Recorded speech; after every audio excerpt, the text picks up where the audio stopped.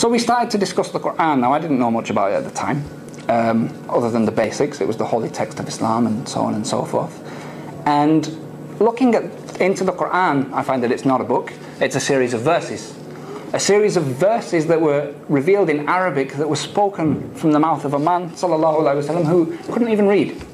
He was unlettered. And the things that this book discusses, the language that it uses, is so powerful and so eloquent, and yet so precise and straight to the point, that it's not just a series of stories. The Qur'an is what? It's a book of law. Have you ever taken a book of law, of British law, off the shelf and start reading it? It's not like the Qur'an, even in English. It's you know, official paragraph 1.2.3, the plaintiff says da da da da. It's like that. It's really official language. Do not go through a red light until it turns green and da da da da da. But the Qur'an, a book of law, isn't like this. The language within it is so powerful.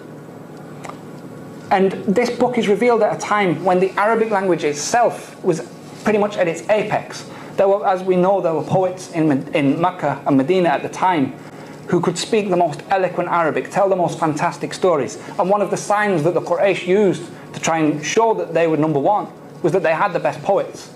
And they actually used to send them to challenge Muhammad sallallahu alaihi wasallam. And the Qur'an issued to these men a challenge, because as we know, a lot of people tried to refute the Qur'an. The Qur'an said, look, if you disbelieve, it's in Surah Baqarah, if you don't think this book is from Allah subhanahu wa ta'ala, then all you have to do is create a surah like what's in this book. Just one chapter like what you see in this book.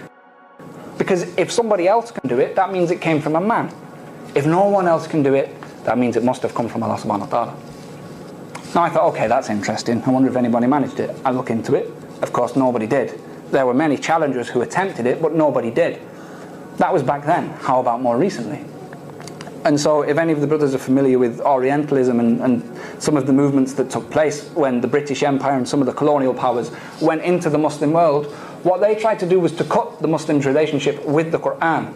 And the way they tried to do this was to meet this challenge, to disprove the Qur'an. So there are entire institutes that were set up to refute the language of the Qur'an and imitate it.